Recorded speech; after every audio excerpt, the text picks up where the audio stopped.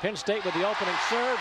It goes into the net, and it's a quick point for the Washington Huskies. Nicole Fawcett with the service error. Russ Rose told me heading into this game, their jump serve is going to be really, really important. They're going to have to serve tough, get Washington on their heels, but part of the risk-reward factor with the jump serve is that you might miss a few more, and Fawcett plunked that one right in the net.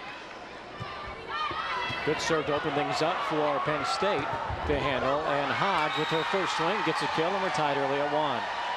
One of the things that Washington often surprises people with how tough they serve, particularly in this building. They're an outstanding serving team, so that's going to have to be a strength to try to keep Penn State a little bit off balance offensively. Roberta Holthouse with a good serve for Penn State, and the first attack for Crystal Morrison is dug. Penn State scrambles around, sets it free. Another chance for the Huskies offensively, but an overpass, and Hodge gets another point. Well, an overpass, when you've got Courtney Thompson at 5'8" up there and Megan Hodge at 6'4", you know that Hodge is going to win that battle every time. Washington's got to take better care of the ball. Another serve for Roberta Holthouse, a sophomore from Joppa, Maryland. And we've got a whistle and a net violation that goes against Penn State. And that's against Hodge, so a point for Washington.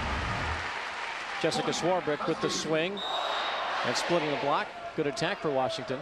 Well, Swarbrick has improved so much from last season. Very little used last year as a freshman. Here she is a sophomore. She's been thrown into it as a starter. And wow, what a great job she's done. And again, I just talked about the serving for this Husky team. And Courtney Thompson, we talk about she does a little bit of everything for this team. One of the best servers on this team. You can see that ball float. Tough time, obviously, for Penn State. Can't handle it. That's her 29th service ace of the season. Floats one this time. That's handled by Ashley Fiddler. Tapped over, poked up by Swarbrick. And Morrison gets the kill for Washington. It is a distinct home court advantage for the Washington Huskies tonight. They had close to 7,000 people for the regional semifinal. They're approaching, in fact, probably exceeding those numbers tonight. Serving again at Fiddler. And Hodge way off the net. Look at the triple block. Had plenty of time to get set up. Washington is one of the very few teams in the country that you will see triple block. They'll trail their left side over to block. In that situation, it was Crystal Morrison that got up there, put up that triple block, and she's the one who actually got her hands on the ball and blocked it. But it's about passing right now for Penn State. If they don't pass well, they're going to continually deal with balls that are further off the net. And a good pass leads to a ball like that. And Krista Harmato, how badly did they miss her last year when she can come up with plays like that for Penn State? Harmato averages close to 3 kills per game for Penn State. Also outstanding at the block. Here's Kate Price, the junior from Fraser, Michigan, coming into the game to serve for Penn State. Janine Sandell dug. Here's Hodge flying in and attacking into the antenna, and that's a point for Washington. It's 6-3 Huskies over the Nittany Lions. Hodge, great big approach, but you can see really nowhere to go down that line. Washington was blocking pretty wide, still trying to sneak it in there, but instead she found that red and white blocker. Hodge tips it and gets the kill.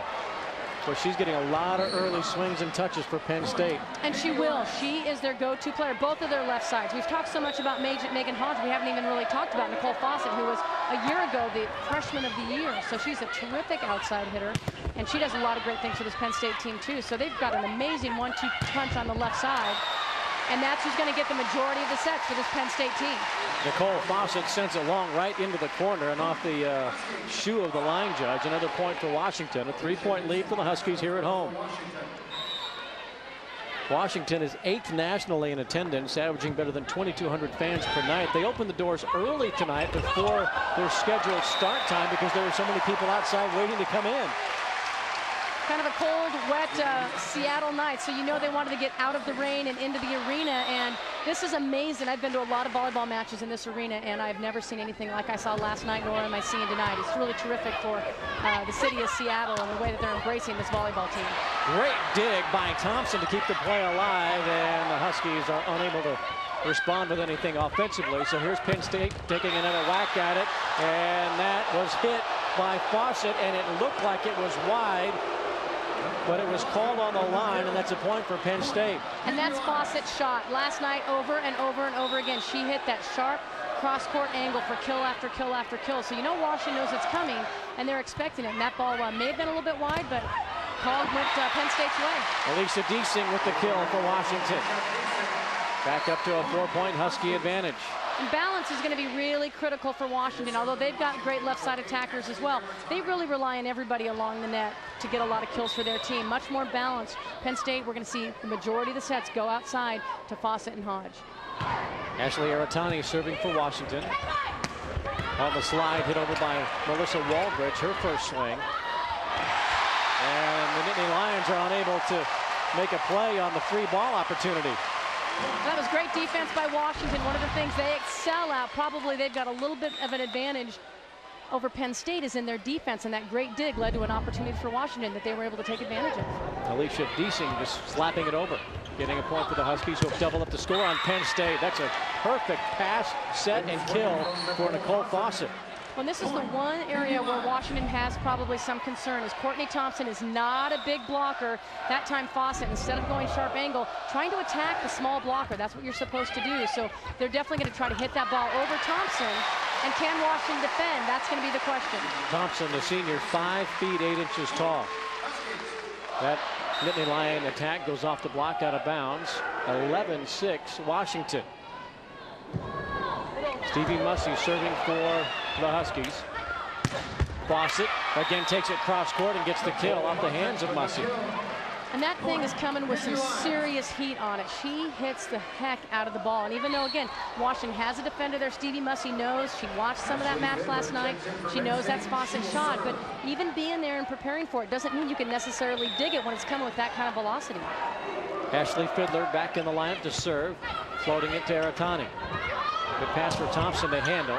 And Morrison way off the net, didn't have a lot on that one. Hodge does have a lot on that, but she's rejected by Deasing. That's one of the things Alicia Deasing is going to need to do for this team tonight. Is she's going to need to block those left side attackers. If they're not going to attack Courtney Thompson, then they're going to get stuffed. And that's exactly what happened. You can see how high Alicia Deasing is over the net, presses over and in, and gets the big block. And on that replay, you could also see how high Courtney Thompson does not get above the net on that block. That was really a misread by Megan Hodge. Well, you know, Hodge is young. She's a freshman, and you know, she's going to make some mistakes technically and tactically. And that was one of those situations where maybe she didn't feel like she could hit line. You can't hit line on every set. And she went at the middle and she paid for it. Tapped into the net by Crystal Morrison. A point for Penn State. They trailed by 5 a moment ago. They're back to within 3. 12-9 is our score. Game number 1. We go to 5. Best of 5. On the overpass, and the joust is easily won by Megan Hodge of Penn State. And the Lions are to within 2, 12-10. And that jump serving we talk about for Penn State, Roberta Holhouse, probably the best jump server on the team. Only 5'8", but she packs some power in that jump serving, creating some problems for Washington. Crystal Morrison with the kill right in front of the libero Roberta Holhouse. 13-10 Washington.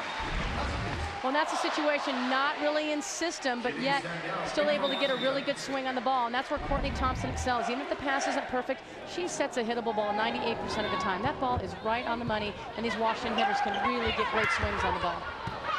Lobbed over by Cassie Salyer. Here's Morrison. Back-to-back kills for last year's most outstanding player in the NCAA championship. And Morrison was pretty quiet last night in their semifinal win. She only had 6 kills. She really didn't have a big night. So I think if you were Penn State, you saw that maybe you were a little bit nervous, because it's not going to be very often that Crystal Morrison's going to be quiet on back-to-back nights. Poor service received by Hodge. And she taps it into the block, and she's turned away. Another point for Washington. It was 12-10 Washington. 3 consecutive points run off by the Huskies, and they'll take a 15-10 lead into our first timeout. Welcome back to the Bank of America Arena on the campus of the University of Washington. The hometown Huskies are off to a good start, leading Penn State 15-10 here in game number 1. Washington, the number 6 seed in the tournament, but ranked number 3 in the the final coaches poll of the regular season. Penn State, meanwhile, ranked number 5, yet seeded number 3. Yeah, a little bit of a low seed kind of for the Huskies coming into this, but you get to be at home, and you know, once you start playing, the seeds really don't matter. It's who's playing best at the right time. So it's you know, I think we've got a very evenly matchup tonight. 2 teams that, again, different styles of play, but both teams are outstanding. Set deep by the center, Alicia Glass. So it's a great play by the freshman center. Well, that's one of the things that they have scouted. Washington starts their defense very shallow. Their back line a lot shallower than most teams, so they know anything high over the top, the back line is going to go down, and Glass took great advantage of that. The freshman, very, very smart, and she's a very offensive-minded setter, so she can definitely be an offensive threat for this Penn State team. Krista Harmato whips one off the block and gets a point for Penn State. And after that timeout, Penn State has reeled off 3 consecutive points to close to within 2. In games 1 through 4, we go to 30. You must win by 2. If we have to go to game 5, which would not be too surprising between these 2 ball clubs, you go to 15. Again, rally scoring, and you must win by 2. Well, both teams have really been relying on their outside hitters. Back-to-back now gone to their middles. Penn State to Harmato, Washington to